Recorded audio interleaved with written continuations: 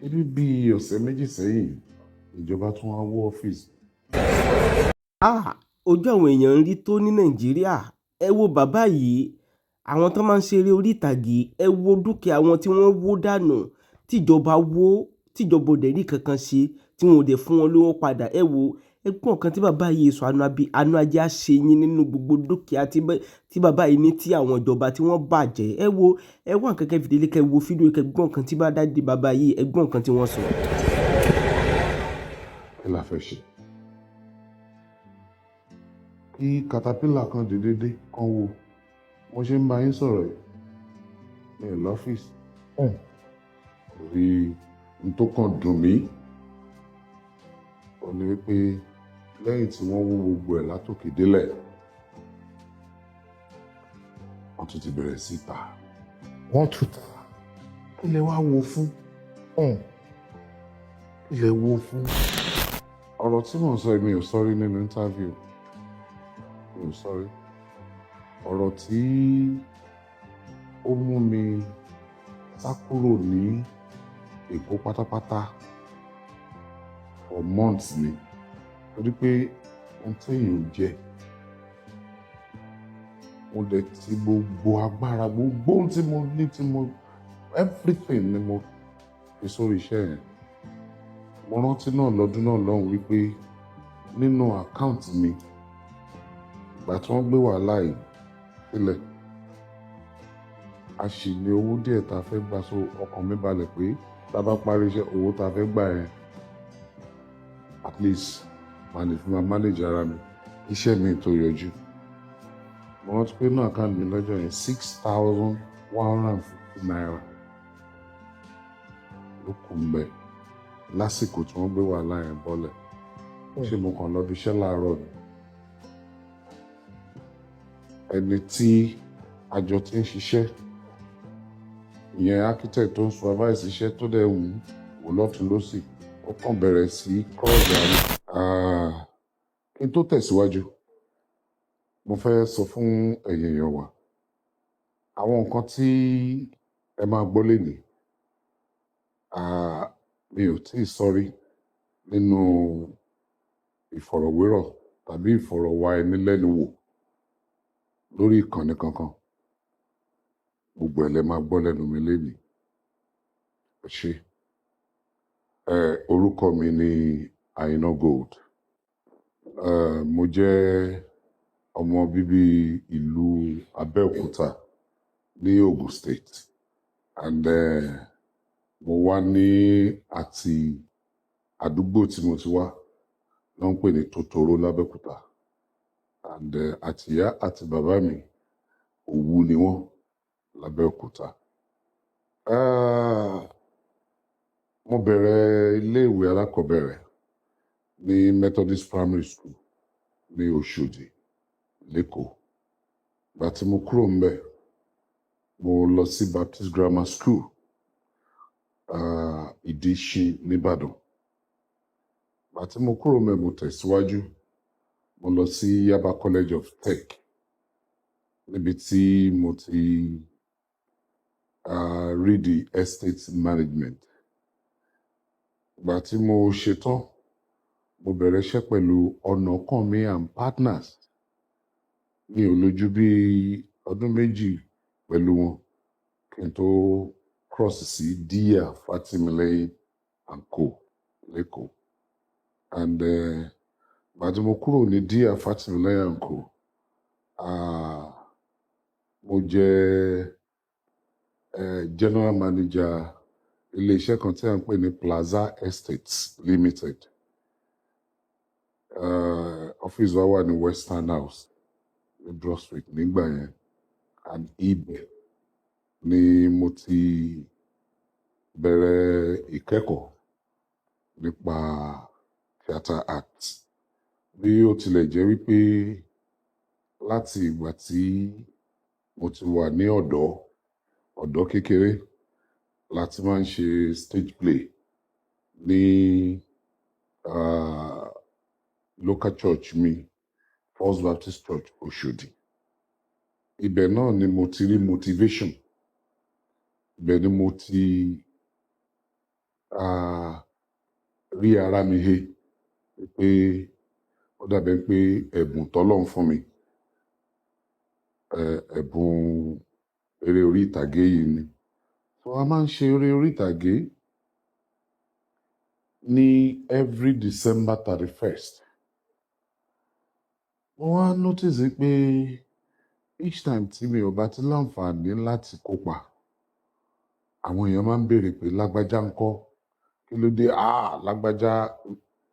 Ibẹ̀ lèmi náà ti wá rí wípé yàtọ̀ sí pé bóyá a kàwé,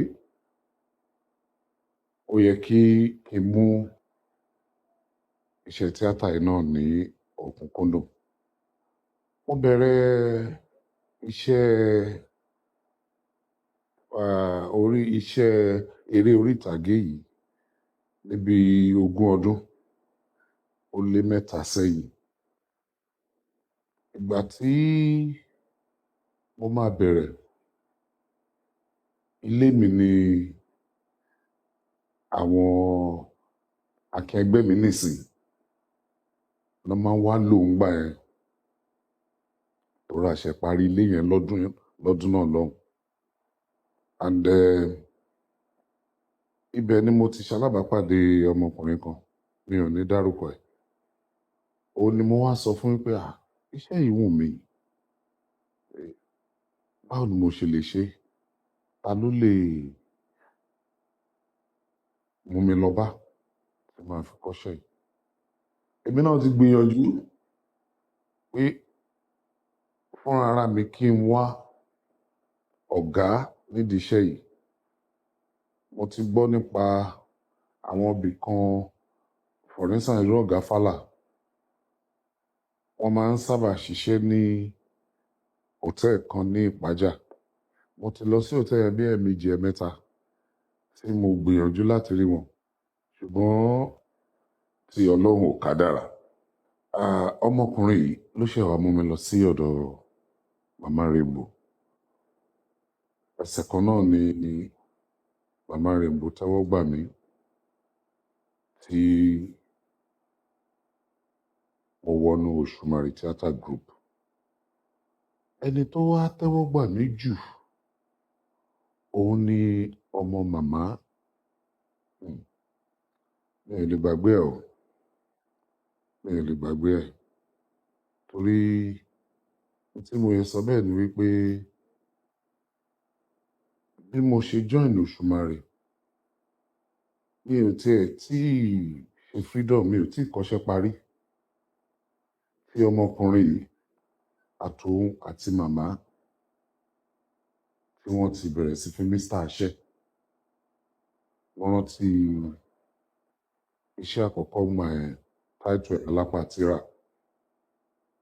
Bó tilẹ̀ jẹ́ pé mo ní ọ̀pọ̀lọpọ̀ ìpèníjà, torí orí stage lèmi tí ń ṣe tẹ́lẹ̀, mo bọ́ sí sinimá. Mo rántí iṣẹ́ àǹtí aṣẹ́wó tó rí Mẹ́kà, àwọn náà ṣe ìyàwó mi.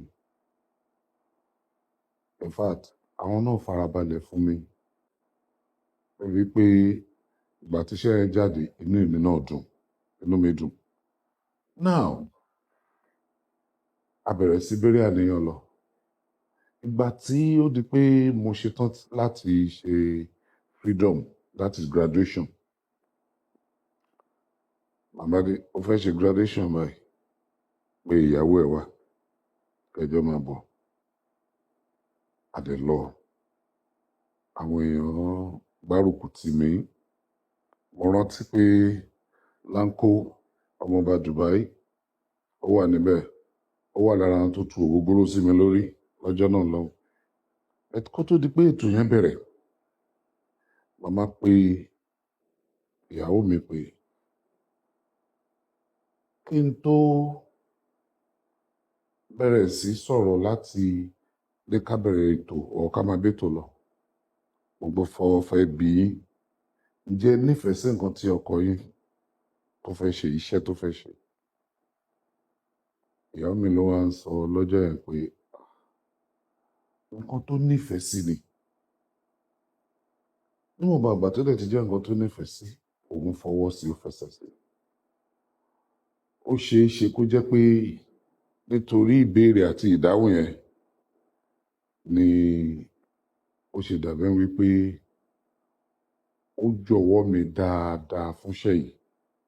Èmi náà dẹ̀ wà ń wà very careful pé kí n má kọjá àyè mi lọ́dọ̀ ẹ̀. And mo dúpẹ́ lọ́dọ̀ Ọlọ́run pé so far so good. Ọlọ́run ń bá wa tó ètò yẹn lọ. And n tó wá tún wá jẹ́ kí n mú iṣẹ́ yìí lọ́kùnkúndùn gan. Mo sọ ní interview kan tí mo ṣe láìpẹ́ yìí. Ó ní í ṣe pẹ̀lú pastor mi, Pastor Sam Adéyẹmí. Ohun tó jẹ́ kí n mú iṣẹ́ yìí lọ́kùnkúndùn gan, ó ní í ṣe pẹ̀lú sermon kan tí mo gbọ́ lẹ́nu pastor mi, Pastor Sam Adéyẹmí. A lọ sí church ní ọdún náà lọ́hùn. Ni pastor wa sọ ọ̀rọ̀ kan. Ọ̀rọ̀ yẹn ọ̀rọ̀ tó wúwo ni. Pé téèyàn bá lọ kàwé, career tí èèyàn yàn láyò tó lọ kà nìyẹn, tó dẹ̀ fẹ́ máa fi ṣiṣẹ́ jẹun. Then tó wá ní talent tọ́lọ́run bọ́ sí sínú olúkàlùkù tó dẹ̀ yàtọ̀tọ̀. Wọ́n wá sọ lọ́jọ́ yìí pé àwọn àsìkò kan máa ń wà tí ìpèníjà máa ń wà nídìí iṣẹ́ ẹni ní ti career. Àmọ́ tí talent tọ́lọ́run deposit sínú yẹn kò lè já èèyàn kulẹ̀. When your career fails you, your talent will not. Ojú ọ̀rọ̀ tí mo dí. Wọ́n á ní, tó bá ti jẹ́ bẹ́ẹ̀,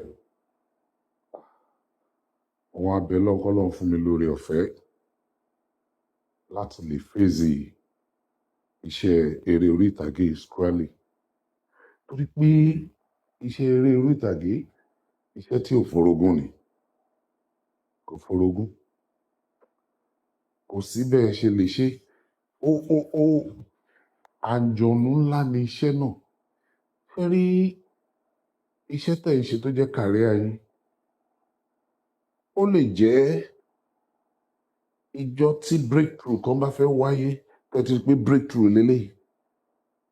Wọ́n máa pè é sí iṣẹ́ ńlá kan tí ẹ ní lè kọ̀. Ọ̀pọ̀lọpọ̀ gbà ni mo ti lose àwọn kan nídìí career tí ó jẹ́ pé nítorí tíátà. And tíátà náà tẹ́ bá dẹ̀ wò, ìgbà tí mo bẹ̀rẹ̀ iṣẹ́ estate, tíátà yìí náà ló wá ràn mí lọ́wọ́. Torí pé mo ti ní ojú, mo ti ní face. Ojú tí mo ní yẹn ni mo wá fi ń ta àwọn ilẹ̀ mi ní estate mi káàkiri. Ìpèníjà ńlá wà. Torí bí mo ṣe sọ, àti career mi o, àti tíátà o, àwọn méjèèjì ò jẹ́ forogún. Mo rántí ọdún kan, mo gba iṣẹ́ láti bá èèyàn mi kan láti bá kọ́lé. Iṣẹ́ tíátà náà wà níbẹ̀. Mo wá rántí pé tí n bá ti dọ́gbọ́n àwọn iṣẹ́ ta ní here and there, mo fi foreman mi, supervisor mo ní foreman, mo ní gbogbo wọn pé báyìí lẹ ṣe máa ṣe, báyìí lẹ ṣe máa ṣe, báyìí lẹ ṣe máa ṣe. Ẹni tó dẹ̀ nílé, òun á kàn wá, wọ́n bá bẹ̀rẹ̀ mi, mo jáde ni. Èmi ò tiẹ̀ mọ̀ wípé wọ́n máa ń sọ fún pé location wọn lọ. Àmọ́ ibi tí wàhálà ti kọ́kọ́ bẹ̀rẹ̀ ni wípé ṣé ẹni afẹ́ la mọ̀? a ò mẹ́ni tó fẹ́ ni. Wọ́n wá lọ máa bá ẹni tí mò ń bá ṣiṣẹ́ pé I no good. Tẹ́ bá dé location tẹ́ bá rí bó ṣe ń náwó yàlàyà pé ó kàn náwó yín anyhow ni. Wọ́n wá sọ wípé lẹ́yìn tí wọ́n bá ti fún I no go ní yàrá o níbi iṣẹ́ wọn o pé ó tún máa gba yàrá bíi 6, 7, 8 láti káwọn obìnrin sí.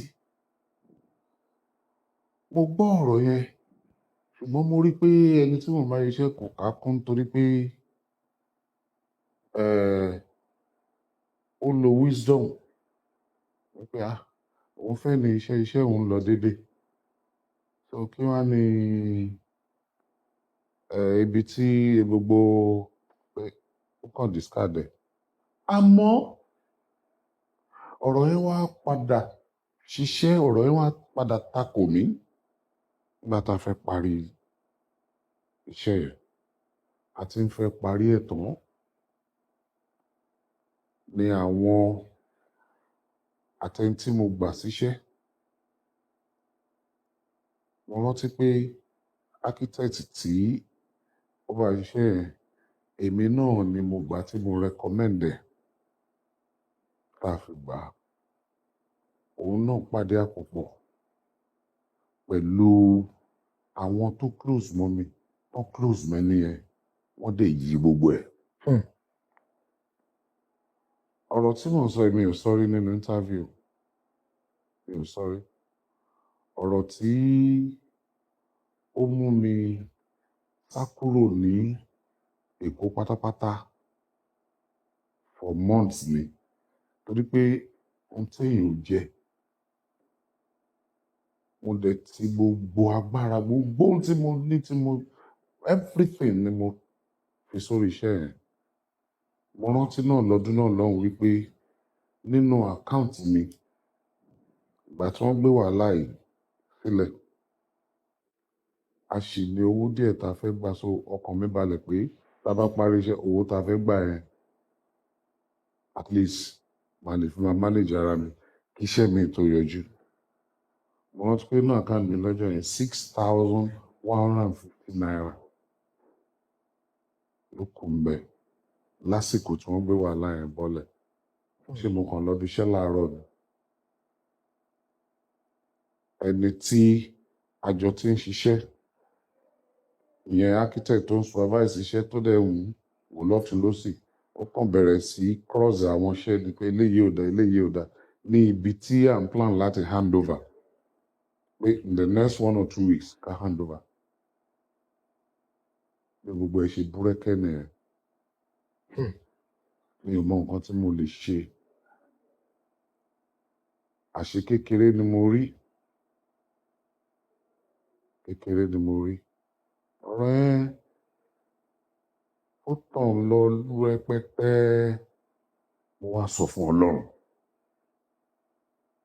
pé ìwọ Ọlọ́run, dá mi láre. Àdàbí tó bá jẹ́ wípé mo fi bákan bọ̀kan nídìí iṣẹ́ tí mo ṣe fún ẹni yìí. Àmọ́ tí ò bá ṣe bẹ́ẹ̀, Olúwa dá mi láre.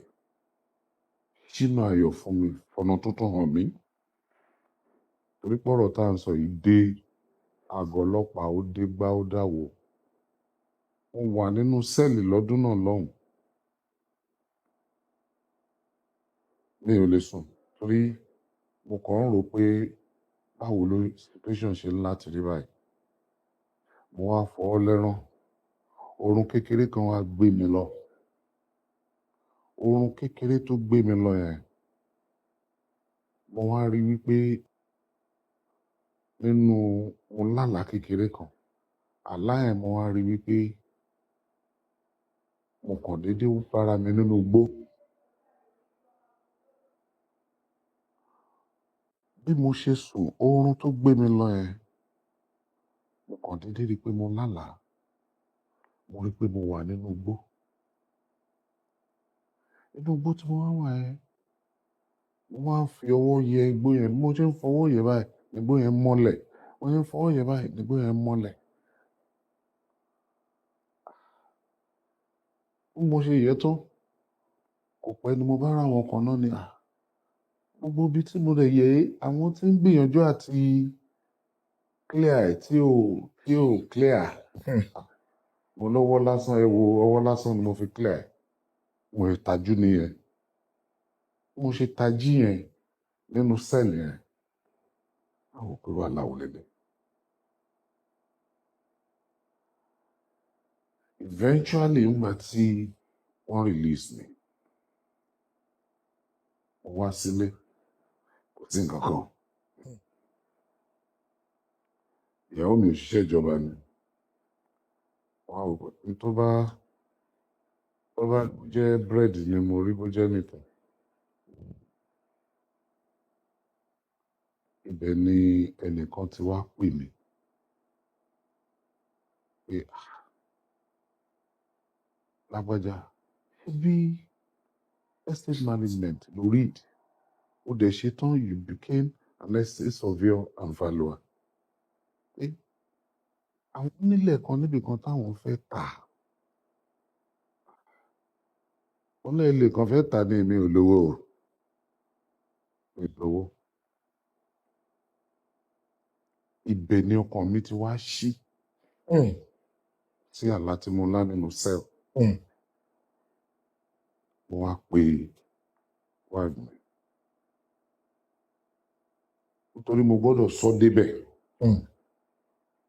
mo wá sọ fún wáìfì mi gbà báyìí ni wọ́n fi lọ ohun tí mo dẹ̀ tún rí nìyí láìsówó gbogbo bó bá ṣe gbà kí la fẹ́ ṣe èmi pẹ̀lú ẹ̀ wọ́n bọ́ síta lọ́tún lósì àti yíyá àti gbogbo àwa raise 500,000 lọ́dún náà lọ́hùn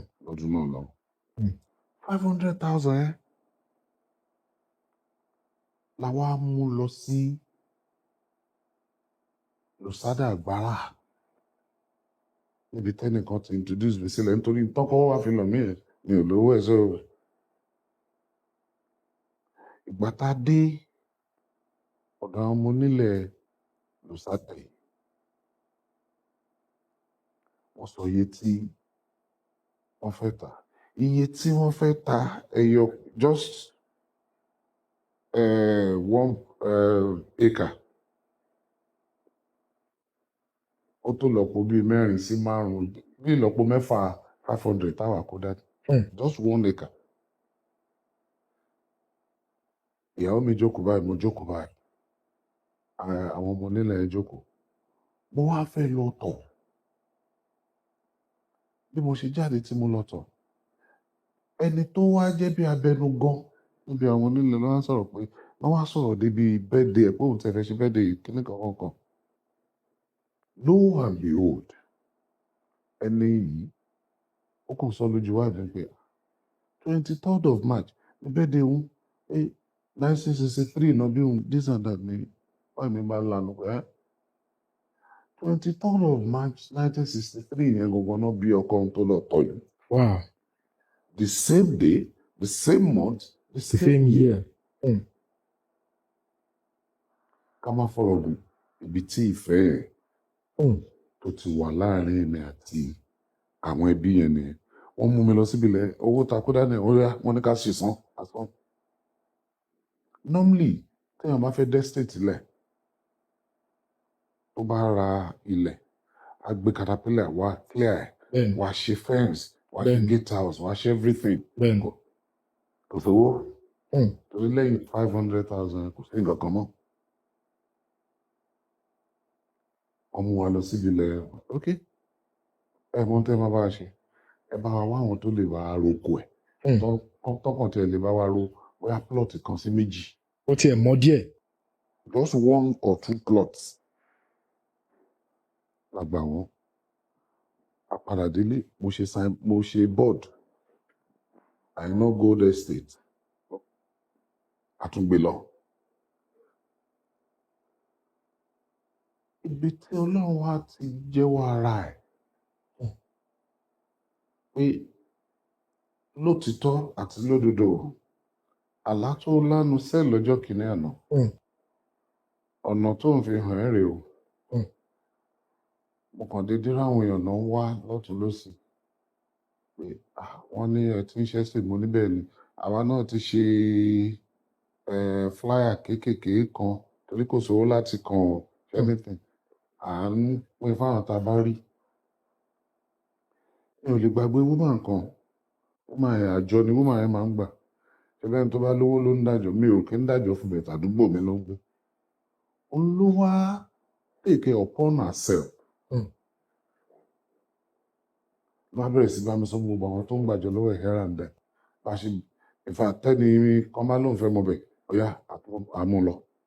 so woman yẹn bí mo ṣe sọ àjọ ló ń gbà and ó wá take upon herself ó wá ń bá a sọ fáwọn èèyàn àwọn tó wá sọ fún yẹn olúkálùkù àwa mú wọn lọ olúkálùkù ṣe bẹ̀rẹ̀ sí drop owó níwọ̀nba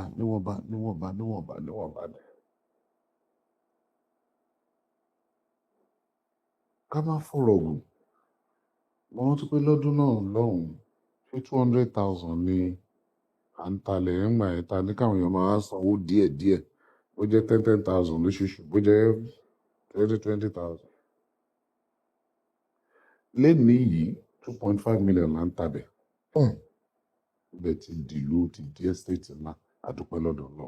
And follow. now kò sí iṣẹ́ tí ò ní pèníjà Mm. kò sí iṣẹ́ tí ò ní pèníjà most especially iṣẹ́ real estate ìpèníjà ńlá wà tó bá ti ń wà ẹ̀tọ́ tó bá yẹ kí èèyàn ṣe sọ́dọ̀ ìjọba a ní choice ju pé ká ṣe lọ. nípa estate wa tó wà níbẹ̀ jù Lẹ́kì òótọ́ ni in fact tẹ́ bá wo list ẹ mi ò rántí the number of estates tó wà involved bóyá bí 147 estates. Yes, sir. layout plan within the estate, the layout plan within the estate, the Lagos State government ní ká wá ṣe provide. Ẹ ti ṣe mọ ìlú tá a wà ní Nàìjíríà yìí tí A bá ṣẹlẹ̀ wọ́n á fi B, C, D, E, F wọ́n á fi kún. Mm. Approval yẹn náà ní ká wá ṣe kó tó di pé gbogbo àwọn èèyàn bẹ̀rẹ̀ sí pé wọ́n ti estate I no go number 2 ní on that list this and that. A kàn ń láti àwọn òwe kọ̀ọ̀kan tá à ń láti gbà ẹ́ dẹ̀ mọ̀ pé tíjọba bá fẹ́ ṣerú nǹkan bẹ́ẹ̀ bí wọ́n ṣe place advert fún yẹn tí wọ́n list everybody olúkálùkù á lè rí kò ní jẹ́ wípé ńgbà tíjọba ní kẹ́ wá ṣe nǹkan báyìí wà á sọ pé mi ò rí bí wo bá rí ẹni tó bá mọ̀ àwọn tó bá mọ̀ wà á rí and that is just about that estate kò sí kì í ṣe pé bóyá àwọn kan ní wọ́n ti fẹ́ máa lọ owó wọ́n ní legal estate ní kò sí tó jọ ó kàn ní ká wá ṣe àtúnṣe àti approval layout rẹ̀ bí yẹn ṣe jẹ́ nìyẹn. now ṣe rí ọlọ́run kó ṣàánú fún wa ohun tó bá máa ṣẹlẹ̀ sẹ́dà ó dáná kó ṣẹlẹ̀ ó dáná kò sí ní ta fẹ́ ṣe ń pa ẹ̀ torí ní ta bá ti kọ́ ó máa ṣẹlẹ̀ ó máa ṣẹlẹ̀. Bẹ́ẹ̀ni. ẹbí gbogbo ohun tó ń ṣẹlẹ̀ ẹ̀ náà ṣẹlẹ̀ hẹ́ràndà ló tún di wípé ṣé bí ọ̀sẹ̀ méjì sẹ́yìn ìjọba tún wá wó ọ́fíìsì kí la fẹ́ ṣe àjẹ̀bí lóòótọ́ àjẹ̀bí torí under power line ni ọ̀rọ̀ pé bóyá setback kan ni a mú or whatever kò ṣẹlẹ̀ wọ́n ti fún wa notice àmọ́ ibi tí èèyàn máa pé à ń jí láàárọ̀ tá a ti ń lọ ṣiṣẹ́ nìyẹn kí caterpillar kan dédé kan wo mo ṣe ń bá yín sọ̀rọ̀ yìí mi ò lọ́fíìsì bóyá client kan ló fẹ́ wá mi wá ni àbí ẹnìkan ló fẹ́ bá wa dòwò pọ̀ ni kò sí ibi tí a lè pè ní iléeṣẹ́ wa ṣùgbọ́n èmi mọ̀ pé Ọlọ́run á ṣe ìyanu mo ní ìgbàgbọ́ yẹn Ọlọ́run á ṣe ìyanu torí n tó kàn dùn mí ó ní wípé lẹ́yìn tí wọ́n wó gbogbo ẹ̀ látòkè délẹ̀ wọ́n tún ti bẹ̀rẹ̀ sí tà wọ́n tún ta. kí lẹ wá wo fún kí lẹ wo fún nígbà tí ẹ mọ̀ pé eventually títà náà ló ṣe máa bọ́ sí àmọ́ ó yé ìjọba ó ṣeé ṣe lẹ́mi ṣe ń ronú nìyẹn láyé mi ó ṣeé ṣe kó jẹ́ pé wọ́n fẹ́ control the kind of development tó ní láti wà lábẹ́ ẹ̀ so mo ń fi opportunity ìrawọ́ ẹ̀bẹ̀ ìjọba pé kán wò ó ṣe fún wa àwa tá a ti wà ń bẹ̀ tẹ́lẹ̀ ohun tí wọ́n bá lè ṣe àti irú nǹkan tí wọ́n bá fẹ́ kọ́kọ́ síbẹ̀ kàn jẹ́ ká mọ̀ kàn jẹ́ ká mọ̀ nítorí pé irú tọ̀dọ̀ mi nìsín irú ọ́fíìsì mi over 10,000 clients ibi tán mọ̀ mí mọ̀ nìyẹn gbogbo documentations wa addresses ni o nǹkan ní ọ́fíìsì yẹn ló bí i so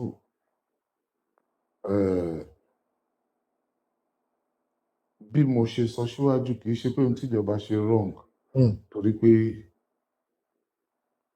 abẹ́ power line so òun ló fi jẹ́ pé ìgbà tí wọ́n wo tí ò fi sáré wo lọ títí torí pé ẹlẹ́jọ́ bá ti mẹjọ́ ẹlẹ́bi kò ní pẹ́ lórí ìkúnlẹ̀ so jẹ́ bó ṣe jẹ́ iṣẹ́ eré orí ìtàgé eré ni àwọn aráàlú máa ń pè iṣẹ́ ni lọ́dọ̀ tiwa torí pé ẹni tí ó bá bá lọ sí location tó bá lọ́jọ́ kan sí méjì a mọ̀ pé iṣẹ́ là ń ṣe a mọ̀ pé iṣẹ́ là ń ṣe ìyẹn jẹ́ bó ṣe jẹ́ ẹ ṣeun gan sà ẹ ṣeun gan bàbá ẹ má bínú pé màá fẹ́ béèrè àwọn ìbéèrè bíi méjì àbí mẹ́ta nínú àwọn ọ̀rọ̀ tí ẹ sọ yẹn torí gẹ́gẹ́ bí nǹkan tẹ́ ẹ ṣàlàyé fún wa ẹ ní pé nígbà tí àwọn wàhálà rògbòdìyàn iṣẹ́ tí ẹ ń ṣe tó fi di pé ó gbé yín dé police station bàbá ó tó bí ọjọ́ mélòó lẹ lò ní police station kó tó di pé wọ́n yanjú ọ̀rọ̀ náà tẹ́ fi jáde níbẹ̀ jẹ́ ṣe rántí sà. mi ò pẹ́ níbẹ̀ mi ò pẹ́ ní police station much mo débẹ̀ láàárọ̀ 24 hours náà ni. ọjọ́ kan péré. 24 hours I spent a night. ẹ ṣeun.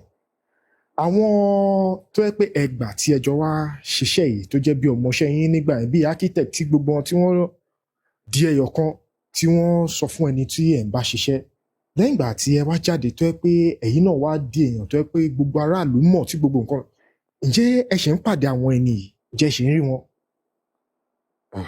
ẹ ṣe rí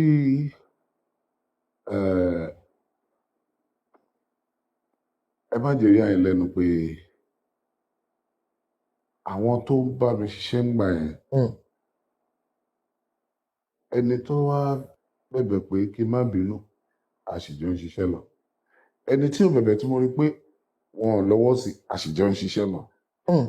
now ṣe rí ilé ayé yìí ọlọ́run gbé ẹ lékè ọ̀tá ò tún bínú ṣé o fẹ́ dọ́lọ́run fún ara ẹ̀ mi ò lè dọ́lọ́run ṣe rí gbogbo ohun tó ṣẹlẹ̀ nígbà yẹn pátápátá kí tiẹ̀ tó sọ pé mo tún bẹ̀rẹ̀ sí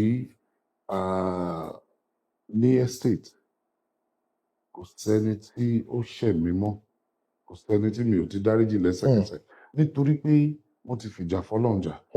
Mo ti sọ fún Ọlọ́run bí mo ṣe sọ síwájú, mo sọ fún Ọlọ́run pé ìwọ Ọlọ́run dá mi láre. Ṣùgbọ́n má dá mi láre o, tí ó bá jẹ́ wípé lótìtọ́ àti lódodo gbogbo ohun tí àwọn ará bí táwọn ẹni yìí ṣe yìí ó lẹ́tọ̀ọ́. And eventually Ọlọ́run padà dá mi láre. Sọ kí ni mo fẹ́ máa bẹ́ anybody jà fún? Ẹni tí à ń sọ̀rọ̀ ẹ̀ tí mo ń bá ṣiṣẹ́ gbà yẹn, a tún ti wà bá ṣe wà láti ilẹ̀ tẹ́lẹ̀ padà, bó tilẹ̀ jẹ́ pé àjọ ṣiṣẹ́ mọ́, but relationship wa gẹ́gẹ́ bí ẹbí tá a jẹ́ àṣìjọ wà, kò dẹ̀ sí wàhálà, olúkálùkù dẹ̀ níbi àlàáfíà, olúkálùkù ń ṣe ilé ayé ẹ̀ lọ. Ẹ ṣeun gan. Bàbá, ó ní ìbéèrè kan tí màá fẹ́ kẹ́ bá wa dáhùn.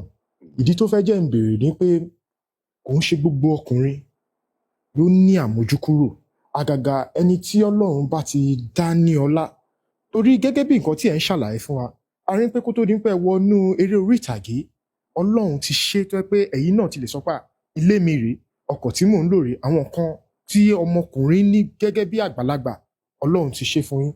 Bàbá, despite the fact pé ẹ ní gbogbo àwọn nǹkan wọ̀nyí, ẹ dẹ̀ tún wọnú iṣẹ́ orí ìtàgé, báwo lẹ ṣe ń avoid àwọn obìnrin? Torí gẹ́gẹ́ bí nǹkan tá a ti máa ń gbọ́, tá a bá bá àwọn tí wọ́n ń ṣe tíátà sọ̀rọ̀ lọ́kùnrin, wọ́n á sọ fún wọn pé tí ò bá lọ bá àwọn obìnrin yìí, kódà wọ́n máa wá bá ẹ fúnra wọn.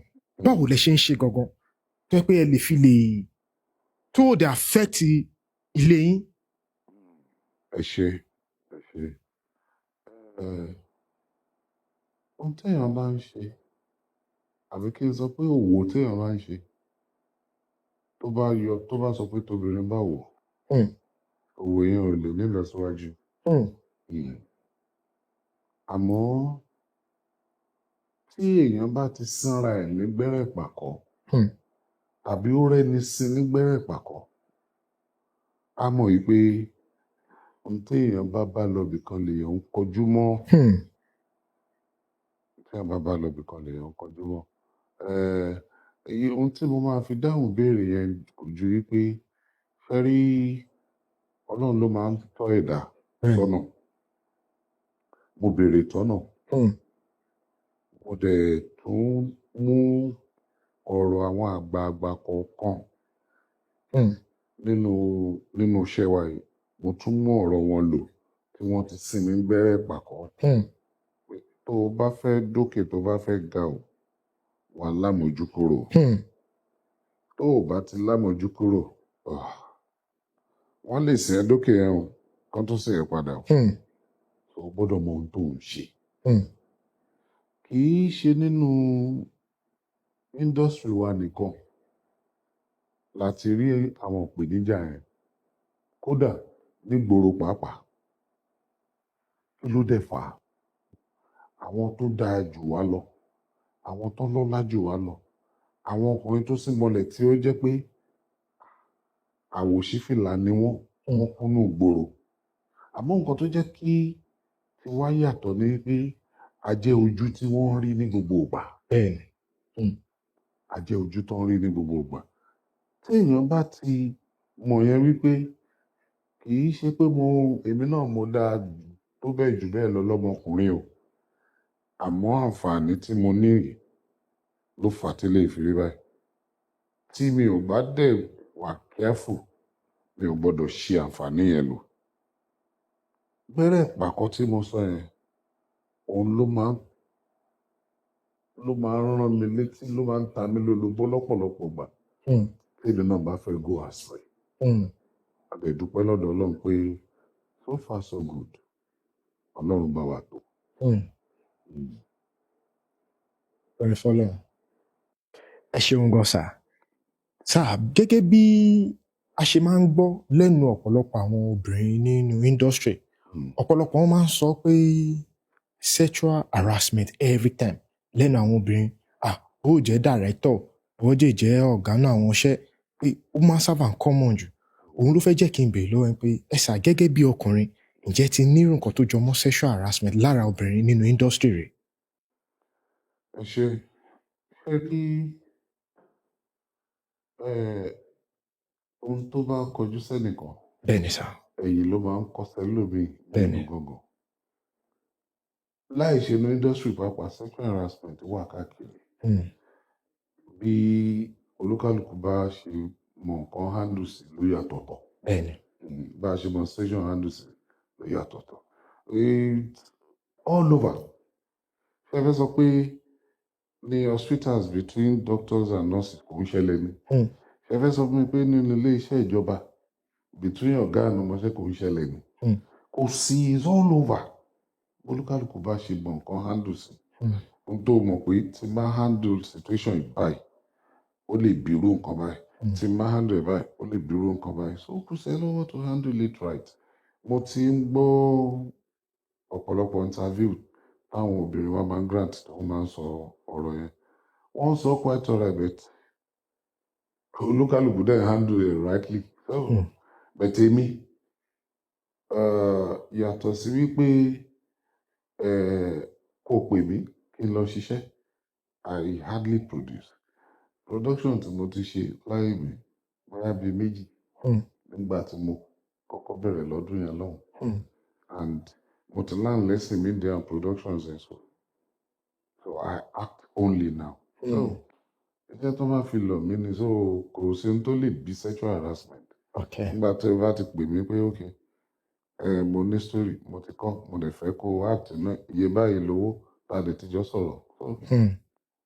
So kò jẹ́ kí èmi ní àwọn ìpèníjà yẹn. Wow. Ẹ ṣeun gan sá. Bàbá nígbà tí ẹ̀ ń dàgbà bọ̀ tó ẹ pé ẹ̀yin náà ń wo àwọn èèyàn nínú àwọn eléré orí ìtàgé ta lẹ̀ ń wò gangan tó ẹ pé ẹ̀ ń wò bí àwòkọ́ṣe tó wù yín náà bá mo dẹ̀ máa wish kémi náà máa act bẹ́ẹ̀ ni kémi náà dàbẹ́ ni kọ́ mọ̀ mí bí ẹni ta lẹ̀ ń wò àti pé nígbà tẹ́ tún wá dé nínú industry gangan ta ló jẹ́ èèyàn tó ẹ pé yes tí ẹ lè gbàgbé bóyá tẹ́ lè dárúkọ ẹ̀ tẹ́ ò bá ẹni yóò pẹ̀lú èèyàn tó ràn yín lọ́wọ́ láti lè dé ibi tó wù yín láti dé. Ẹ ṣe mo máa ń sọ ní ẹnu àwọn interviews mi. Ṣẹ́rí mà tí mo ṣe graduation tán ní ọ̀dọ̀ Mama Rainbow ní Òṣùmàrè Theatre Group. Màmá sọ fún mi pé ó tún kù bí kan tó fẹ́ ṣe graduation. So màmá dẹ̀ mú mi lọ sọ́dún Ifá níbi tí Alhaji Yinka Quadri ti gbé chairman tí Alhaji Taiwo Hassan Ogogo advice then pẹ̀lú gbogbo àwọn ọ̀gá mi tó kù ń bẹ̀ bí ọ̀gá Abẹ́lànà Sani Ali Alẹ́ẹ̀ṣì Kẹ́hìndé Adéyẹmí and so on and so forth. Gbogbo ọ̀gá mi ni wọ́n gbogbo ìgbà tí mo dọ́dún Fá gbogbo wọn ṣùgbọ́n mi wọ́n gbà mí bọ̀wọ̀ tẹ́lẹ̀ and mi ò lè gbàgbé Alhaji Taiwo Hassan Ogogo torí ẹni tó ti dé level yẹn nígbà tẹ́mi máa wọ industry àwọn Alhaji Yinka Quadri Alhaji Taiwo Hassan wọ́n ti cross Rubicon wọ́n ti dé level tó jẹ́ pé even till now mi ò tí ì dé level tí wọ́n wà ń gbà yẹn níbi mo ṣiṣẹ́ wà ẹ lè mọ irú level tó wà tó fi wá jẹ́ pé irú Alhaji Taiwo Hassan wọ́n á kọ story èmi tí wọ́n ṣe mú dé wípé kì í ṣe freedom èmi náà máa fi ṣàṣẹ wọn nígbà yẹn lọ. Ó máa wá ń jọ mí lójú pé róò tí wọ́n fi mí ṣe yìí àwọn gangan ló yẹ kán ṣe torí àjọ ní the same stature yàtọ̀ sí pé wọ́n máa ń dáṣà kan pé action pọ̀ bí ògògò wọ́n ní action èmi náà ní níwọ̀nba and tó fi wá jẹ́ pé mi náà máa tún ronú pé no èmi ní kí n ṣàṣẹ àwọn iṣẹ́ tí wọ́n gbọ́ngbọ́ngbọ́ngbọ́n tó yẹ pé láyé ìgbà yẹn bó bá ṣe ní kìmí nígboro tó as a star wọ́n fi máa ń fihàn stash ẹ̀. Hmm. Lémi tí mi ò tiẹ̀ tí wàá jẹ́ nìtìn tó ẹjẹ́ mi náà máa wá níyà kí stash ẹ̀ wọ̀n. So Alhaji Taiwo Hassan Owo jẹ́ nìkan tí mo rí gẹ́gẹ́ bí bàbá mi kékeré industry. Yes. And every other ọ̀gá mi ní ọdún Fambẹ ni mo ń dúpẹ́ lọ́wọ́ wọn because gbogbo wọn Ṣọlájí Nǹkan Quadri ni mo fẹ́ sọ ni àbí ọ̀gá Bẹ̀lánrè name it gbogbo wọn mú mi bí ìgbà tó jẹ́ pé àtijọ́ ń fẹ́ bọ̀ tipẹ́tipẹ́. Mo ní ìgbàgbọ́ pé Ọlọ́run ló fi ìfẹ́ mi sí wọn lọ́kàn. And títí di àsìkò tí mò ń sọ̀rọ̀ yìí dúpẹ́ lọ́dọ̀ Ọlọ́run àbàjẹ́ láàrin ara wa. Ọpẹ́ ni fọ́lọ́run. Àdèṣìjọ ní àjọṣe Ọpẹ́ ni fọ́lọ́run. ọdọmọràn.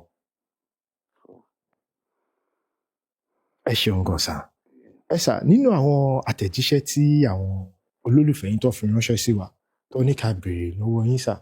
Torí ọ̀pọ̀lọpọ̀ àwọn ènìyàn tó bá rí yín níta wọ́n máa ń rí yín bí èèyàn kan tó yẹ pé ẹni tó le má nìyí máa burú má nìyí máa burú bóyá torí ipa tẹ máa ń kó nínú sinimá ni bóyá bí ẹ ṣe máa ń ṣe o àbí bóyá torí bí wọ́n ṣe ń wò yín pé ó dà pé ẹni yìí ó dà pé kò ní gbàgbàkúgbà bóyá torí ẹ̀ ni wọ́n ṣe ń sọ pé má nìyí máa burú má nìyí máa burú pé ẹni tó burú lè máa jẹ́ ǹjẹ́ lè ṣàlàyé irú èèyàn gangan lè jẹ́ fún wa sà. Ìyẹn nira díẹ̀ láti sọ torí bó tilẹ̀ jẹ́ pé wọ́n máa ń sọ pé ẹni tó burú mọ̀ owó ẹni tó máa sọ fún ni. Mo lérò pé níwọ̀n bá bí ọjọ́ méjì mẹ́ta tẹ́mi pẹ̀lú yín gan fi ń sọ̀rọ̀ títí di àsìkò yìí ẹ mọ̀ yìí pé yàtọ̀ sí kémi gbájúmọ́ iṣẹ́ mi èmi ò mọ̀ tó mọ bí burú mi ò mọ̀ tó mọ̀ bọ́lá ń balẹ̀ ṣe dolúkálùkù ló fi máa ṣe. Bẹ́ẹ̀ni. Àwọn tó súnmọ́ mi ọ̀pọ̀lọpọ̀ máa ń sọ pé a máa ń wò mí lọ́kàn báyìí àti bá mi sọ̀rọ̀ àbá ti béèrè kan wọn lọ́wọ́ àwọn máa ń nira mo ní kí ló dé wá dé ojú mi kan máa ń nira bọ́lá ń ṣe dá nìyẹn bọ́lá ń ṣe dá ojú mi nìyẹn kò sí tí mo fẹ́ ṣe nípa yẹn so far so good àwọn olólùfẹ́ wa tí wọ́n ti láǹfààní láti bá wa pàdé lẹ́yìn àwọn ìgbà kọ̀ọ̀kan látún lè bí dáadáa ṣùgbọ́n generally bọ́lọ́n bá ṣe dolókàlùkù ló ṣe máa hùwà mi ò lè dáhùn ẹ̀ straight pé mo burú àbí mi ò burú ṣùgbọ́n gbogbo ẹ̀ ó yọ lọ́wọ́ àwọn tó ti bá wa pàdé wọ́n á lè sọ dáadáa wọ́n á lè sọ dáadáa irú èyí gan tẹ́ ti bá mi pàdé ẹ lè sọ díẹ̀. Bẹ́ẹ̀ni ẹ ṣeun gan sà. Bàbá nínú àtẹ̀jíṣẹ́ tí wọ́n tún fi ránṣẹ́ sí wa wọ́n ní kí n béèrè lọ́wọ́ yín ní pé nínú àwọn sinimá tí ẹ máa ń ṣe wọ́n ní ipa tẹ máa ń kó ipa olówó ní pé ṣé pààtì yẹn nìkan lẹ lè ṣe ni àbí ẹ̀yin lẹ́kọ̀ọ́ máa ń sọ fún àwọn tó bá fẹ́ fún yín iṣẹ́ pé ibi tó bá ti jẹ́ pé ó máa ti wà ẹ máa ti gun mọ́tò ńlá ẹ máa ti show pé yes èmi ni bàbá ẹ máa ti jẹ́ kọ́ mọ̀. ẹ ṣe rí kò yé ọ̀pọ̀lọpọ̀ ni rí tí ọba fẹ́ cast fún iṣẹ́ wọ́n máa ń wo ibi tó lúkálùkù dá sí. Mo rántí pé láwọn ìgbà kan bí confirmation sójà bí confirmation ọ̀gá ọlọ́pàá gbogbo àwọn yẹn ló common ìgbà tó tún yá ó tún di confirmation bàbá olówó àgùnmọ́tò ńlábàbà àṣọ oríṣiríṣi ìgbà tó tún yá wọ́n tó stop yẹn náà wọ́n tún bẹ̀rẹ̀ ti tálákà débi pé ó dé ti tálákà yẹn lè dé level kan débi pé mo máa ń ti máa rí àǹkárá tí mo lè rà mo máa ń rà mo wá ní àǹkárá jọ rẹpẹtẹ torí pé ìyẹn náà tún bẹ̀rẹ̀ sí wá ní ṣísẹ̀ntẹ̀lé ó depend lórí producer àti scriptwriter tí scriptwriter bá ń kọ script a máa fojú wo nínú àwọn iṣẹ́ tó ń ti wò àwọn wo ló lè interpret role táwọn kọ yìí dáadáa. So mo believe pé àwọn iṣẹ́ tá a ti ṣe sẹ́yìn bẹ́ẹ̀ni ló ṣì ń speak for us. So táwọn èèyàn fi ń determine pé for instance ẹnìkan pè mí lẹ́nu ọjọ́ mẹ́ta yìí, ó ní Àìná Gold in a new dimension tó fẹ́ fi mí ṣe babaláwo. Oh yeah, I'm an actor. Kò sẹ́ni tó gbé nǹkan kan wá látọ̀run yàtọ̀ sí ń tọ́ nígbà tó lọ́n ti lè deposit talent yẹn sí wa nù kò sí ní tá a lè ṣe. So ẹnu ọjọ́ mẹ́ta yìí kò tí ì lè ju a month lọ tí mo lọ ṣiṣẹ́ kan tí mo ṣe wèrè ń bẹ̀. Ọdún ló direct ẹ̀ tí mo ṣe wèrè gidi wèrè pọ́nbélé ń bẹ̀. So nígbà tá a ti sọ pé yes actor ni wá kí ni ìtumọ̀ actor láti gba ṣe oníṣe láti gbé character ní character wọ̀.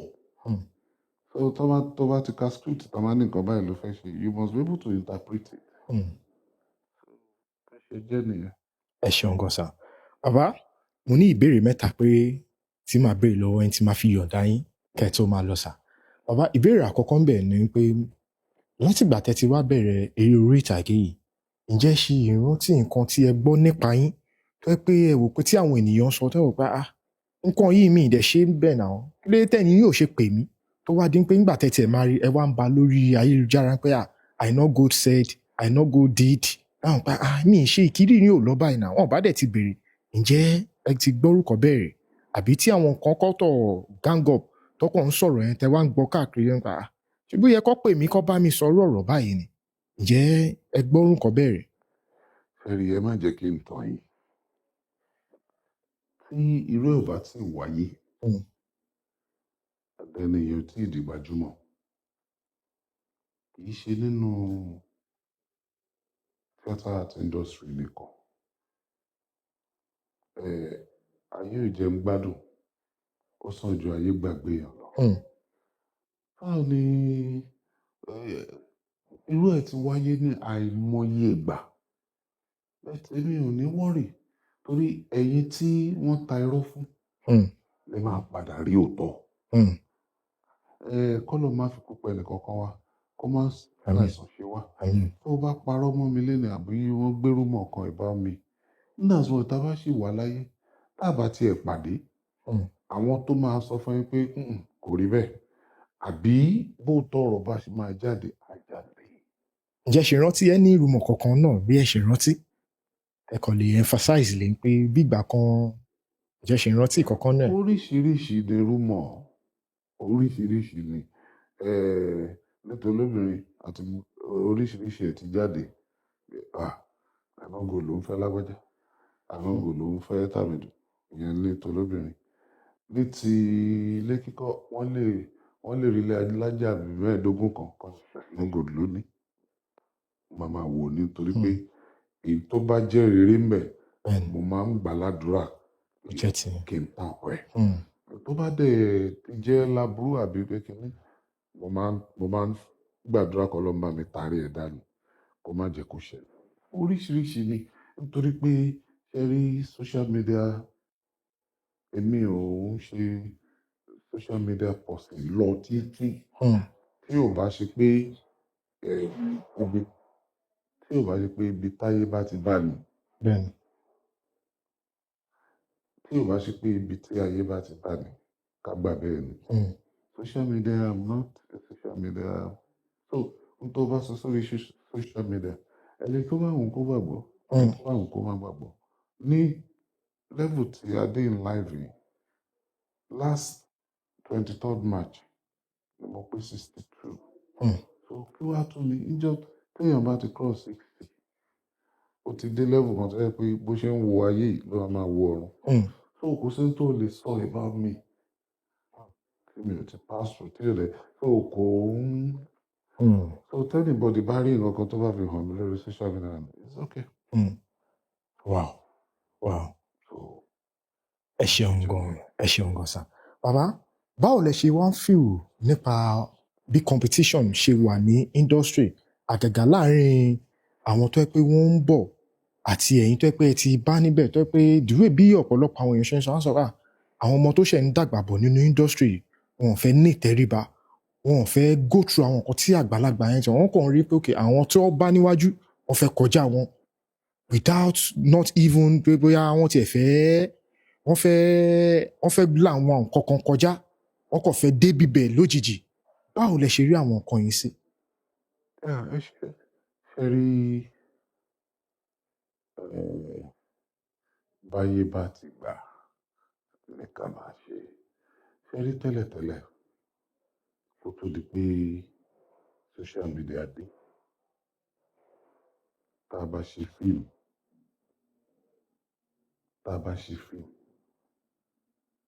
àwọn marketers la máa ń gbé lọ fún ní Ìdúmọ̀tà kí ló ń ṣe rí báyé bá ṣe gbà ní ká máa ṣe rí kó tó di pé social media dé Ìdúmọ̀tà la máa ń gbéṣẹ́ wa lọ táwọn marketers máa ń bá wa tà ṣùgbọ́n nísìnyí àtèmi àtẹ̀yìn anybody tó bá ti láǹfààní láti lè act inú ilé rẹ̀ tó act tó ṣe gbẹ freely lè máa jù sí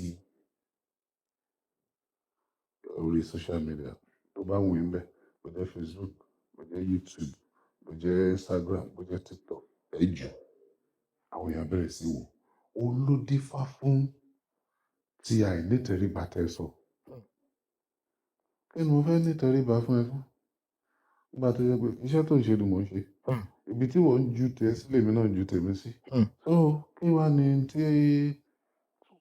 gbogbo nǹkan ti lajú débi wípé unlike tẹ́lẹ̀tẹ́lẹ̀ tó jẹ́ pé tí àgbàlagbà kan nínú industry bá sọ fọmọdé pé n tó fẹ́ ṣe yẹn má ṣe ọjọ́ kò báyìí ọwọ́ kan ni ló máa gbọ́ sí ẹnìyẹn lẹ́nu àmọ́ nísìnyí tó ti jẹ́ pé ojú ọ̀run ti tẹ́ ẹ̀fọ́ láì fapákápá lẹ́yìn tó kù kí ilẹ̀ ṣúlẹ̀ ní ìta bá rẹ̀ ní tó ṣe fíìmù rẹ̀ tó dẹ̀ fẹ́ jù sí YouTube léni á jù láìsí wàhálà ìrẹ́jẹ ọ̀dẹ̀ sínú fọ́tò bó bá ti jókòó ló máa bá rẹ̀ so tí wọn náà bá dẹ̀ ti gbàdúrà lùbáríkà ó lè jù léni kó ti dé ẹ̀wà rẹpẹtẹ so kò sí check and balances physical check and balances mọ́ olúkálùkù ló ń ṣe tiẹ̀ so ní Yorùbá industry English industry name it àyè ti yọ fẹ́nìbọ̀dì wípé ìyàtọ̀ ọbẹ̀ kan ní wípé tí o ò bá ní tẹríba tí o ò dẹ̀ bọ̀wọ̀ pé àwọn tí mo bá ń wájú ni tí o ò dẹ̀ ṣẹgbẹ́